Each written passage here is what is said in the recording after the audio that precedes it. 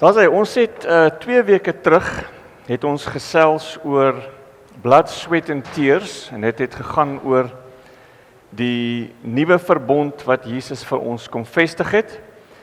Laas week het ons gepraat oor die ou en die nuwe verbond en die feit dat ons noodsaaklik moet kies in watter verbond ons wil staan. Dat ons nie albei kan akkommodeer nie, daar's nie ruimte vir al twee nie. Die skrif leer ons dat ons nie nuwe wyn in ou wynsakke kan sit nie. So ons moet 'n lyn trek en ons moet besluit in watter verbond leef ons. En nou dat almal gekies het, julle het almal gekies, né? Almal het nou gekies dat ons lewe in die nuwe verbond. Is ek reg? Niemand het die ou verbond gekies nie. Prys die Here. Anders het ek gefaal laas week. Okay, so almal het gekies om in die nuwe verbond te leef in dit wat Jesus vir ons kom doen het. So vandag wil ek met julle praat oor die onderwerp Powered by Promise. Powered by Promise. Almal van ons het voertuie en ons voertuie het 'n motor in en die motor is die krag van jou voertuig, maar jou motor kan nie sonder brandstof funksioneer nie. As daai oranje liggie aankom op jou dashboard, dan weet jy daar is nou 'n taak wat vervul moet word binne die volgende kilo of 2, want as ek dit nie doen nie, gaan hierdie bron van krag wat die engine is, nie meer kan funksioneer nie en die kar gaan stop. Gister het Casey besluit sy wil 21 kilos gaan hardloop. Dit is so 'n maand en 'n half na die atletiekseisoen. Lekker gehardloop en ek het gesien sy sukkel bietjie en op kilo 18, toe stop sy om water te drink, dis bloedig warm, maar haar hele liggaam is vol hoendervleis. Toe sê ek vir haar, ek dink jy moet nou luister vir jou liggaam. Dit is nou klaar, jy is nou moeg, daar's nie meer energie nie, daar's nie meer brandstof nie, daar's nie meer krag vir die volgende 4 kilos nie, dis nou wys om in die kar in te klim, want die bron of die krag is klaar. So wat ek probeer verduidelik is, ons almal het krag nodig om te funksioneer. Soos wat jou voertuig krag nodig het, soos wat jy die wedloop van die lewe hardloop, het ons krag nodig. Die skrif leer vir ons dat dit nie deur krag of deur geweld is nie, maar deur die gees van God, dat ons die wedloop van die lewe kan hardloop. Ons weet dat dit nie deur ons eie vermoëns is, wat ons dit vermag om suksesvol te wees nie, maar dat dit die seën van die Here is wat ryk maak, en ons moeitevolle arbeid kan niks byvoeg aan die seën van die Here nie.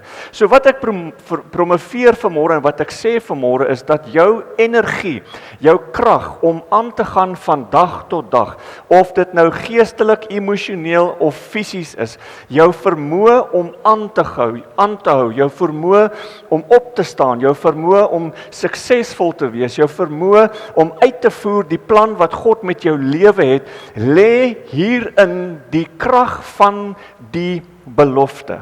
Ons het nou vasgemaak dat daar 'n nuwe verbond is. Ons het nou gekies in watter verbond ons wil leef. En nou moet ons begin glo dat die belofte wat saam met hierdie verbond gekom het, dit is ons krag om in oorwinning te leef.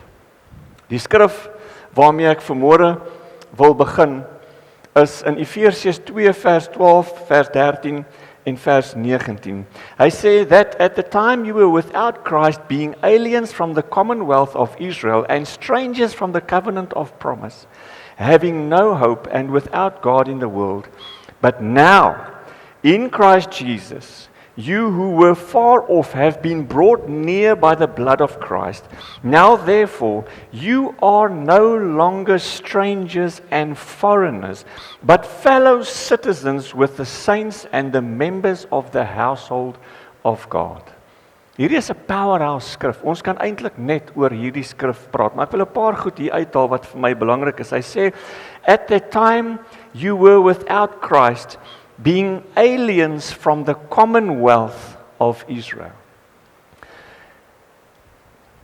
Toe ons onder die wet geleef het, was ons ver van Christus. Toe ons in die ou verbond geleef het, was ons ver van Christus. In die nuwe verbond het ons nader gekom, maar die woord Commonwealth wil ek vandag hier uitlig. Ons het laasweek gesels oor die feit dat ons erfgename en mede-erfgename van Christus geword het in hierdie nuwe verbond. Die woord Commonwealth beteken wealth commonly distributed and made available to all who belong to the kingdom.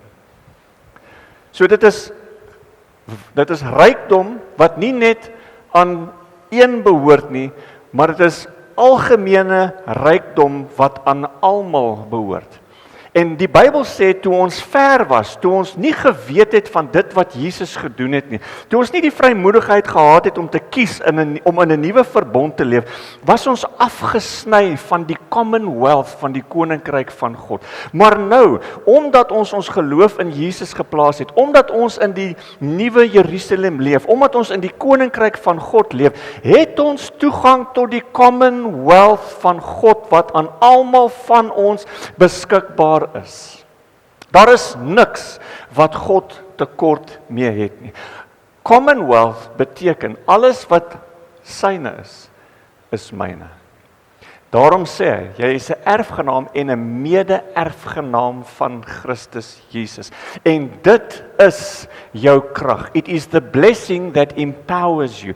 As jy in die oggend opstaan en jy voel nie geseënd nie, dan is daar 'n belofte waaraan jy vashou. Jy sien, 'n belofte is sterker as 'n emosie of as 'n gevoel, of selfs as jou bankbalans. Jou bankbalans vertel jou een storie, maar die waarheid is, jy's deel van 'n commonwealth. Jy behoort aan 'n koninkryk waar daar rykdom is wat geleidelik uitgedeel word aan almal wat behoefte het. Jy het toegang daarna, nie deur jou werke, deur jou dade, deur jou goeie gedrag nie. Jy het toegang tot die rykdom van God deur die feit dat Jesus vir jou 'n plek gegee het om op te staan as die regverdige van God in Christus Jesus. Commonwealth, we are heirs of the commonwealth of Christ. Hy sê, being strangers from the covenants of promise. Ons is nie meer nie. Nou, wat ek wil uitwys hier. Having no hope and without God. Now, Christ Jesus, you were once far off, have been brought near by the blood of Christ. Now, therefore, you are no longer strangers and foreigners, but fellow citizens with the saints and the members of the household of God. Commonwealth behoort aan ons almal. Twee ouens wat ek gou wil uitlig.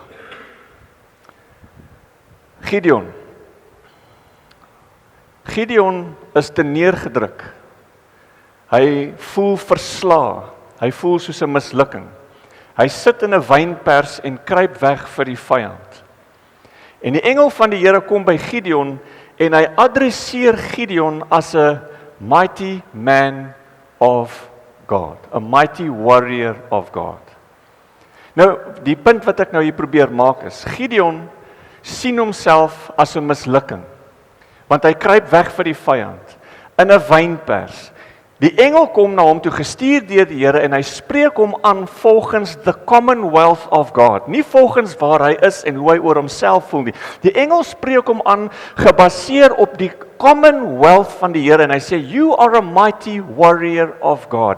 So hy spreek Gideon se identiteit aan gebaseer op die waarheid van die algehele commonwealth wat God vir ons tot beskikking het.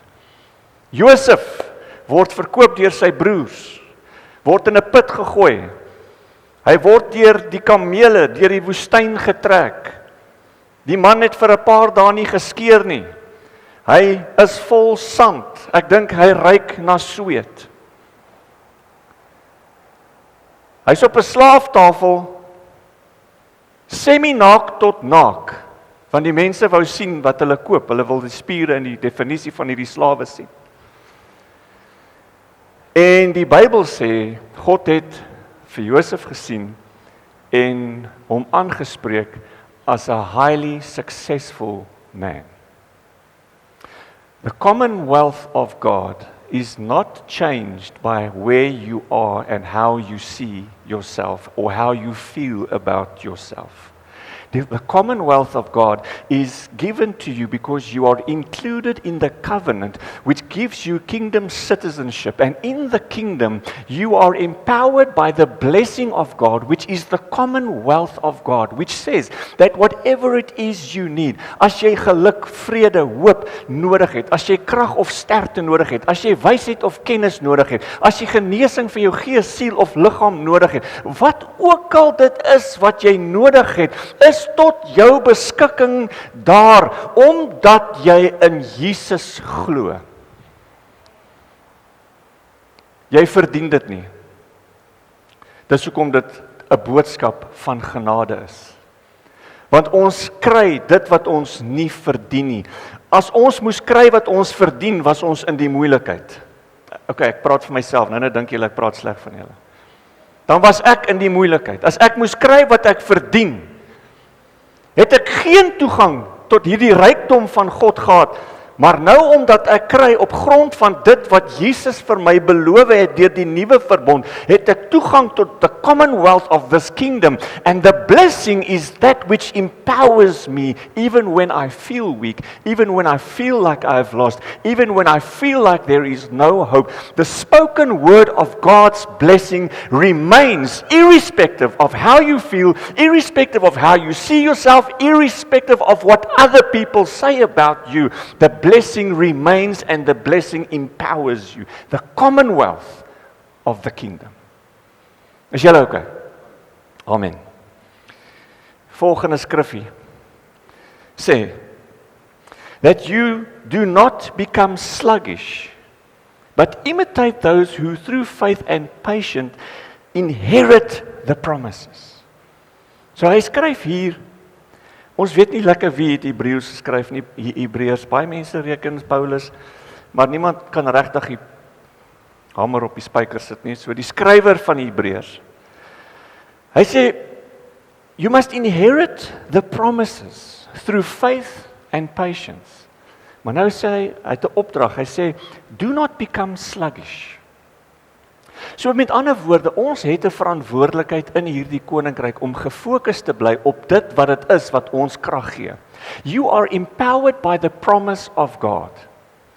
Do not become sluggish in your faith and your patience.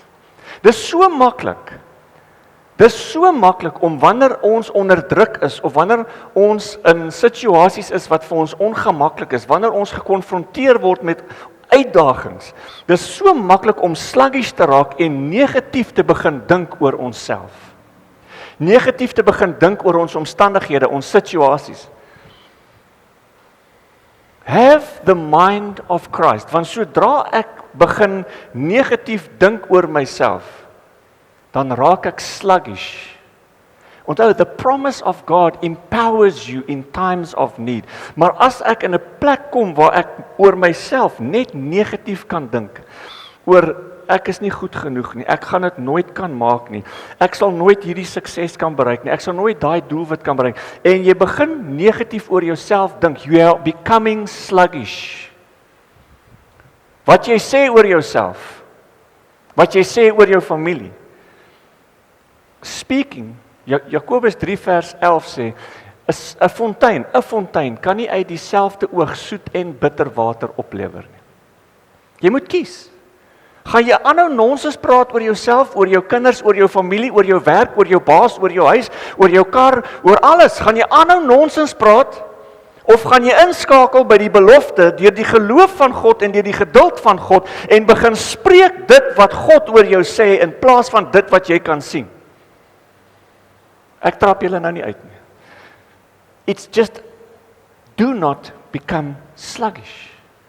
Moenie laat ons sluggish, moenie laat ons, ek weet nie, maar julle hoor wat ek sê. Self-reliance, om op onsself staat te maak. Dit is sluggishness, om op jouself staat te maak. Ons kan nie op onsself staat maak nie, ons maak staat op hom. Hy is ons krag, hy is ons bron, hy is ons voorsiening, hy is alles wat ons nodig het. Ons maak staat op hom. Die Bybel sê, God sal jou handewerk seën. Die Bybel sê, dis God wat jou mag gee om rykdom te bekom. So die seën van die Here bemagtig jou om te kan bereik dit wat God vir jou bestem het. Ons kan nie op ons eie vermoëns staat maak nie. Ons maak staat op hom, ons vertrou op hom.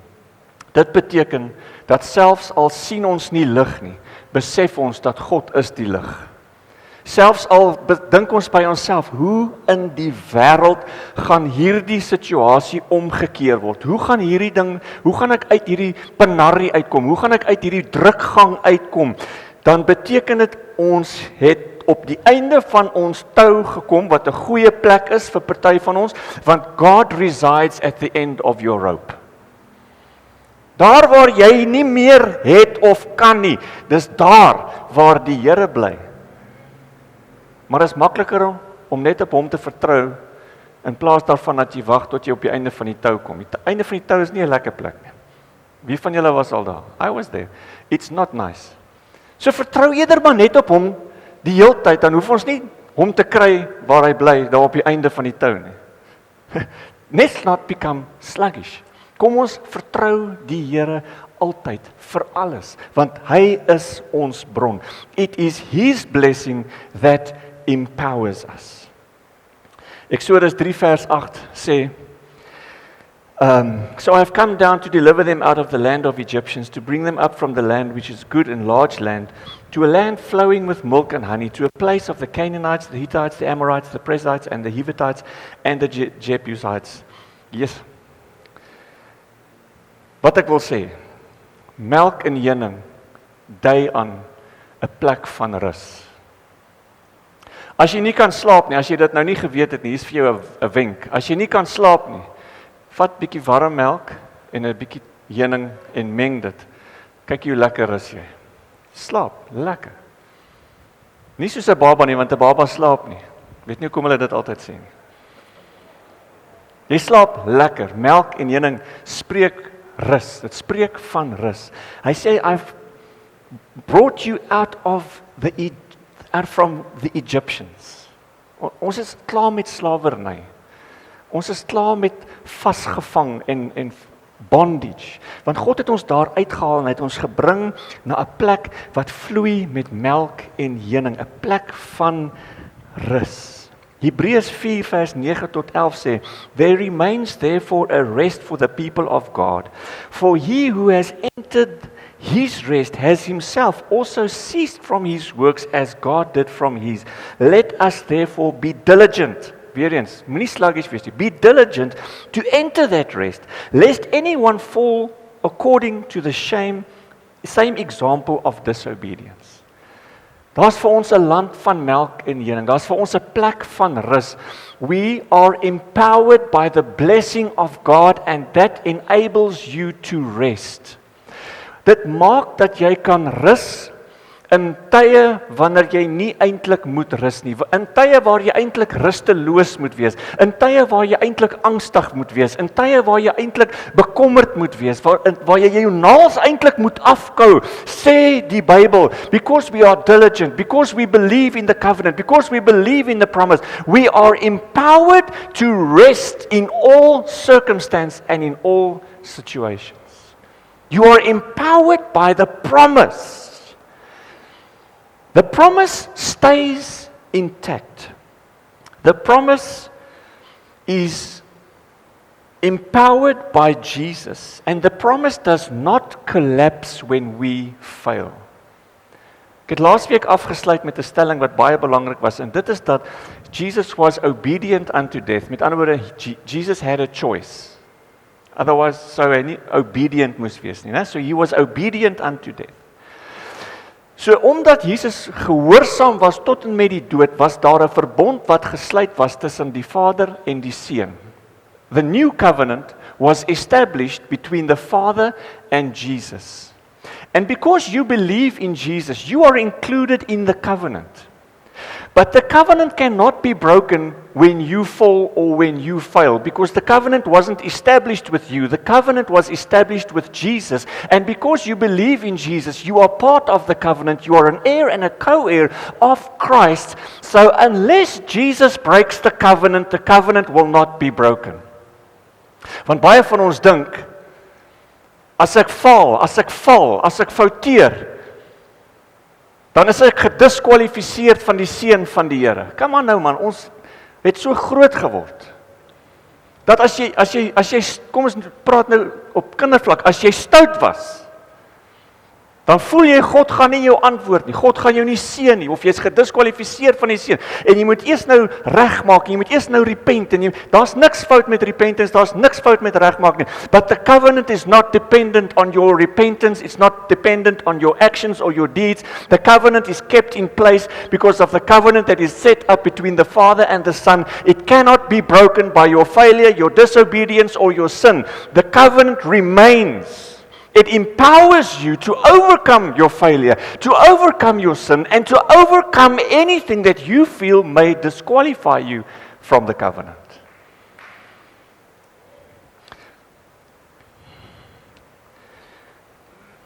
David het gefouteer. Psalm 89 skryf die psalmdigter, hy sê, my loving kindness I will not take away from him. My covenant I will not break. The covenant promise that God had with David was based on God's faithfulness and not David's perfection. The covenant we have and the blessing you belong to is there because God is faithful. Petrus, ons ken die storie, Petrus styer, hy val, hy verraai die Here hy verloon die Here 3 maal. Maar die liefde van die verbond wat God gemaak het, vat Petrus, sy naam was eintlik Simon. Simon beteken a reed which is moved by the water and the wind. En omdat God getrou was, verander hy sy naam na Petrus toe wat beteken rock. So hy sê, jy gaan nou nie meer rondgestoot word deur jou mislukkings en deur jou foute nie. Hy sê, ek gee jou 'n nuwe naam. Jy is standvastig, 'n rots gebaseer op my getrouheid teenoor jou, nie jou getrouheid teenoor my nie. Ek dink baie van julle behoort nou 'n bietjie beter te voel oor jouself. Ek doen. Ek joke net man. Okay. Hierso Deuteronomium, hierdie is awesome. Hierdie is nou baie goed, maar ek wil net gou iets vir jou uitlig. Hy sê, it shall come to pass if you diligently obey. Nuwe verbond beteken if you diligently believe the voice of the Lord, to observe carefully His covenant, not His commandments anymore, which I command. All these blessings shall come upon, and it will overtake you because you believe, not obey, the voice of the Lord. Blessed shall you be in the city, and blessed shall you be in the country. Blessed shall be the fruit of your body, the produce of the ground, and the increase of your yields, the increase of your cattle and the offspring of your flocks. Blessed you will be when you come in, blessed you will be when you go out. The Lord will cause your enemies to rise, that rise against you, to be defeated before your face. They shall come out against you in one way, and they will flee in 7 ways. The Lord will command the blessing on and in your storehouses, and in all which you set your hand, He will bless you in the land which the Lord your God has given you. So amazing belofte. En in die ou verbond was hierdie belofte gekoppel aan die gehoorsaamheid van die mens. In die nuwe verbond, soos wat ek nou uitgewys het, it's not obeying, it's good, en ek sê nie ons moenie die Here obey nie, maar we believe, and therefore we receive the covenant, and therefore we qualify for the blessings of God. 2 Korintiërs 1:20 sê, for the promises of God are yes and amen. The promises of God in Him are yes and amen, to the glory of God through us. If God has spoken it, Al maak dit nie sin nie. Soos ek in die begin van die diens gesê het, God het gesê laat daar lig wees, want daar was nie eens 'n son nie. So God het gesê laat jy geseënd wees, omdat jy glo. Dan moet jy glo jy is geseënd. Al is daar nie 'n son nie, al sien jy nie die bron van hierdie belofte nie, al sien jy nie die uitkoms van hierdie situasie nie, glo jy dit, want it is the blessing of God that empowers you om vorentoe te gaan, om te glo, om aan te hou en as 'n wenner in die koninkryk te leef. Deuteronomium 28 vers 6 tot 14 gaan weer aan met hierdie beloftes. Ek gaan dit nou nie alles deurlees nie, maar dit is beloftes op beloftes op beloftes wat aan ons behoort omdat ons in hom glo. Hebreërs 8 vers 6 sê, Now he who is obtained a more excellent ministry, inasmuch as he is also a mediator of a better covenant, which was established on a better promise. Dis wat ons in is. Nie deur die verbond van die gehoorsaamheid van die mens nie deur die getrouheid van die mens nie, maar die getrouheid van God.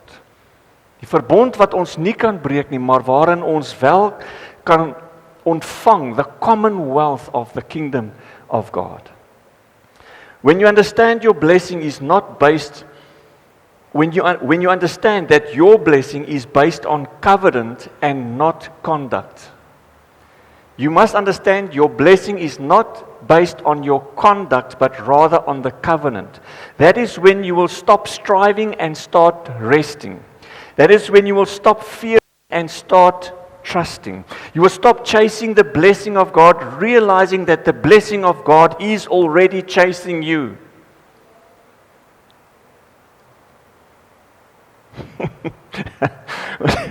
Ek dink nou, ander keer toe ons op die pad gehardloop het, Kees hulle, ek ry met hulle agter die bakkie aan. Hulle draf 'n 10 kilo whatever, redelike pas. Ek ry agter hulle met die bakkie aan en die volgende oomblik toe maak Kees een serious gap oop voor my bakkie. Soos en sy trek weg en haar gat sê ek tog sy het een of ander rejuvenation van die hemel gekry. En toe ek vir net bietjie verder ry, toe sien ek daar's 'n hond wat uit die yard uit gehardloop het. Aan die een kant van die pad. En jy sien net tof, soos sy hardloop met die hond wat daar agterna jag. Dit laat my net dink aan the blessing. Ons hoef nie weg te hardloop vir die seën van die Here nie. Inteendeel, staan stil dat die seën van die Here jou oorweldig. Staan stil dat die seën van die Here jou oorvloei. You cannot chase the blessing is chasing you. Dis 'n ding wat ons hier moet in ons koppe kry, dat ons probeer die seën van die Here verdien en ons probeer daarvoor werk en ons probeer daarvoor kwalifiseer. Jy kan nie. The blessing is chasing after you. Word net gevang.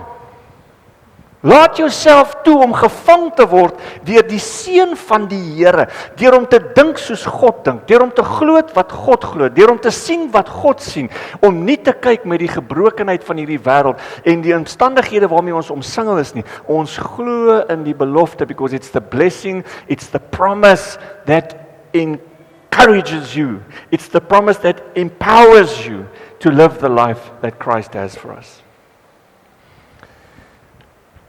Omdat ons glo, sê Jesaja 41, Fear not, for I am with you. Be not dismayed, for I am your God. I will strengthen you. Yes, I will help you. I will uphold you with my righteous hand. 2 Timothy 1:7, For God has not given us a spirit of fear, but of power and love and of a sound mind. It's the blessing that empowers you not to be afraid. Mense, ek vir jou een ding sê, ons is almal op een of ander tyd in die week wat verby is, bang vir iets. Want dit is, jy word gekonfronteer met scenario's en situasies en jy dink by jouself, yes, wat as dit gebeur? En jy begin, jy weet, jy raak angstig en jy raak vreesagtig en ek dink dit is maar deel van die mensdom, maar ons moet op 'n plek kom waar ons verstaan that the blessing empowers us to overcome fear. Because knowing that we are blessed brings us to the knowledge that all things will work together for the good for those who love God. And that which people have meant to harm me, God will turn around and use it to bless me. Jy kry daai ding wat hier kom, hy gryp jou so aan jou hart en jy voel daai vrees of jy voel daai angs maar daar waar ons nie sluggish moet wees nie. Dis daar waar ons nie saam met ons vrees moet praat nie. Waar ons saam met dit wat ons kan sien praat nie. Dis daar waar ons glo dat die seën van die Here my die krag gee om los te breek uit hierdie vrees uit, want ek het nie 'n gees van vreesagtigheid ontvang nie. Ek het die gees van God. Ek is 'n kingdom citizen. I belong to the commonwealth of God. And I'm blessed, and I'm blessed. Ons hoef nie te vrees nie. Ek dink ek het nou genoeg gesê. Esegiel 36 sê, I will give you a new heart and put a new spirit within you. I'll take the heart of stone out of your flesh and give you a heart of flesh. 2 Corinthians 5:17, therefore if anyone is in Christ, he is a new creation. Old things have passed away. Behold, all things have become new. Stop looking at yourself through the lens of your past. Ons almal het 'n geskiedenis. En ek sê dit baie. As jy almal se probleme nou in hierdie kerk vat, almal se geskiedenis en se probleme vat, en ons bou rakke hier en ons pak almal se goed hier op die rakke uit. En ons sê vir mekaar dat, okay, gaan kry vir jou nou wat jy wil hê daar. Jy gaan spartel om jou eie goed te gaan gryp. Want jy weet nie wat in 'n ander mens se lewe aangaan nie. Jy weet net van jou persepsie. Maar as ons almal se moeilikheid hier uitpak, gaan jy hardloop om jou na eerste te gaan kry. Jy soek nie 'n ander ou se moeilikheid nie. Maar ons kan nie ons toekoms inkleer met die persepsie van ons verlede nie. Want God het 'n nuwe skepping gemaak. Hy het van jou 'n nuwe skepping gemaak. Net God kan tot vir jou 'n nuwe geskiedenis gee. Met ander woorde, wanneer die Here na jou kyk, sien hy nie die goed waarvan jy so bewus is nie. Hy sien iemand wat gewas is in die bloed, wat geregverdig is deur Christus, wat die geregtigheid van God is, wat heilig is, wat perfek gemaak is deur die slagoffer van Jesus Christus. En hy sien jou as die appel van sy oog. Die een wat hy wil seën. Ons sukkel met waar ons vandaan kom, maar nee, ek verdien dit nie. Jy's reg, jy verdien dit nie. Get over it. Jy kry dit nie omdat jy dit verdien nie, jy kry dit omdat God goed is. Dis al. So hou op om in die verlede te krap en jouself te diskwalifiseer. It's being sluggish.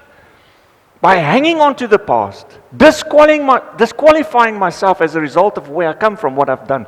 God het jou vergewe. Vergewe jouself en besef, the blessing empowers you to move on. Amen. Ek dink dis dit. Ons sal 'n ander dag praat oor hierdie. Amen. The promise empowers you. You are empowered by the promise. Vat vanmôre die nagmaal. Hierdie is die belofte. Hierdie is wat jou deel maak van die belofte. Hierdie is wat jou toegang gee tot die commonwealth of the kingdom. Dit behoort aan jou deur Jesus Christus. Vat vanmôre die nagmaal, sê Here, dankie dat u beloftes my krag gee. Om wat ook al dit is waarmee jy stoei, te oorwin, dat u beloftes my die krag gee om die lewe te leef waarvoor u my geroep het om te leef. Amen.